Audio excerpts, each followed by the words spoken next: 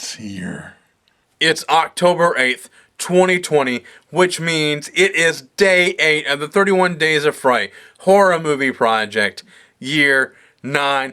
I am the one and only MSJ, Max for short, and welcome to my YouTube channel. We are officially 1 week into the month of October, and already I've watched blob monsters taking over small towns, people getting turned into wax museum exhibits, vampires living next door, zombies, killer sharks, animatronic dinosaurs with human brains inside of them, and taking revenge on the people who done him wrong. That's just within the first 7 days of this month. But I still have 3 more weeks to go. I still got sequel week and Tales from the Crypt week, and that final week of October leading up to Halloween, I'm going to be doing the Friday the 13th week, and as well as I'll have some bonus videos here and there. So please, in order to keep up with all that and much, much more, I need you to click subscribe, hit the bell to stay notified for any future videos I'll be creating right here on this channel, hitting the like and share button, because that helps me so much on getting my videos out there and getting my channel recognized. And as well as leave a comment down below. I want to hear what your opinions are on my opinions, and I just want to know what your overall take on the film as it is anyways. So like I said, it is day 8. I appreciate you all doing that. I meant to say that. I really appreciate people who are continuing to do that day in and day out. You're all going to get a special thank you on the final day. So just please stick around. So, anyways, it is day 8. Today's movie is the 2020 version of The Invisible Man, starring Elizabeth Moss. You may recognize her from Mad Men, and as well as the main character in The Handmaid's Tale.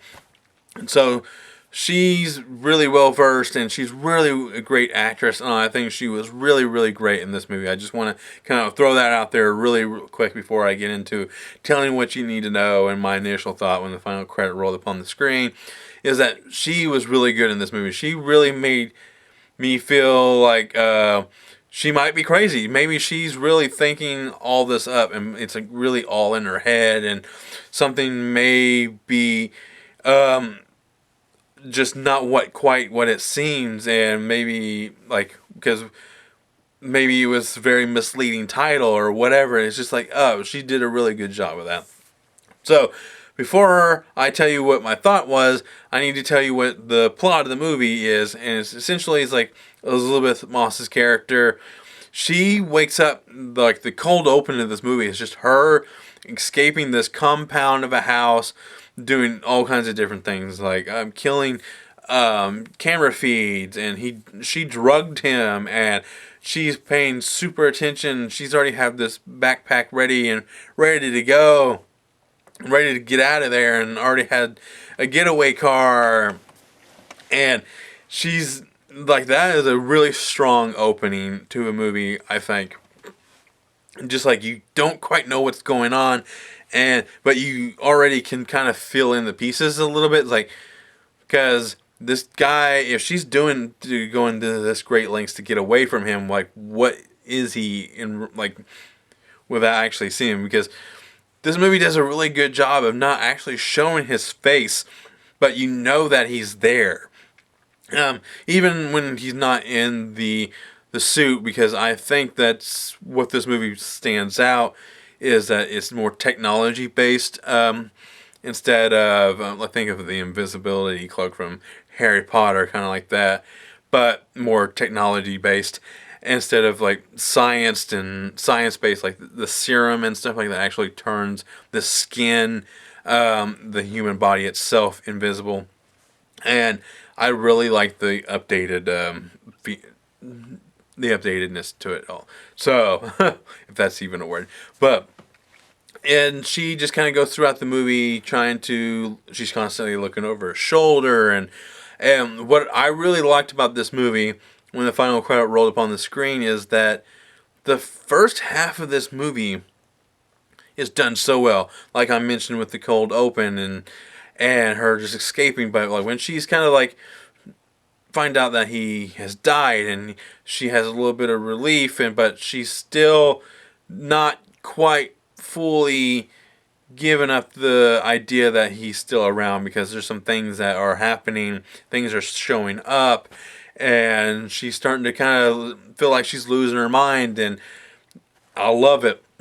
And I love it. It's like Elizabeth Moss did a really great job of convincing, like, maybe this is all fake, maybe this is all in her head, and I really, really liked that. And but what else is there to say? I don't want to give too much away, because this is a movie that you really need to watch from start to finish, because I really do try not to do spoilers, but there are some good moments in this movie that, like, once other characters start to find out that this is real, that's when I think the movie gets into more of an action movie instead of a horror movie. And it's like, you get, like, the first half is horror, and the action, the last half of the movie is action slash thriller. And I really like that. It was like a really nice mixture of all of them, because once the gunplay starts to happen, it's like, oh, that's pretty cool. So, but anyways, I'm going to talk about the Invisible Man character itself real quick, and saying that you don't really get to see a good look at the actor who's playing the Invisible Man until like the last 10-15 minutes of this movie. You see him like he's laying in bed, or through a camera feed, or like very quick snippets of him. You don't actually get to see a good look at his face and what he really, really, truly looks like, a good, like, framed picture of him until like the last, like I said, 10-15 minutes of this movie. And it's really good. And I'm like, okay, like, but you learn so much about this character leading up to what you see of him, and it's like, wow, it's like, this guy is someone not to be messed with, and that's really what I liked about him. And the scenes where the invisibility scenes, where like the stuff is moving, and things are popping out at you and stuff like that, like, done really, really well. I thought it was a lot of fun.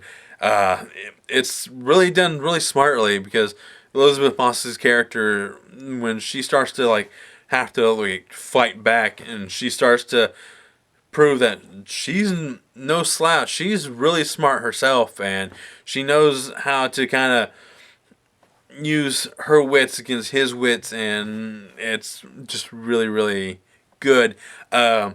Hero versus villain kind of moments and stuff like that. So it's just a very good remake or reboot, and I actually do like this one. I mean, obviously, like I mentioned in the previous remake videos, I try not to compare them to the original or the one that came before.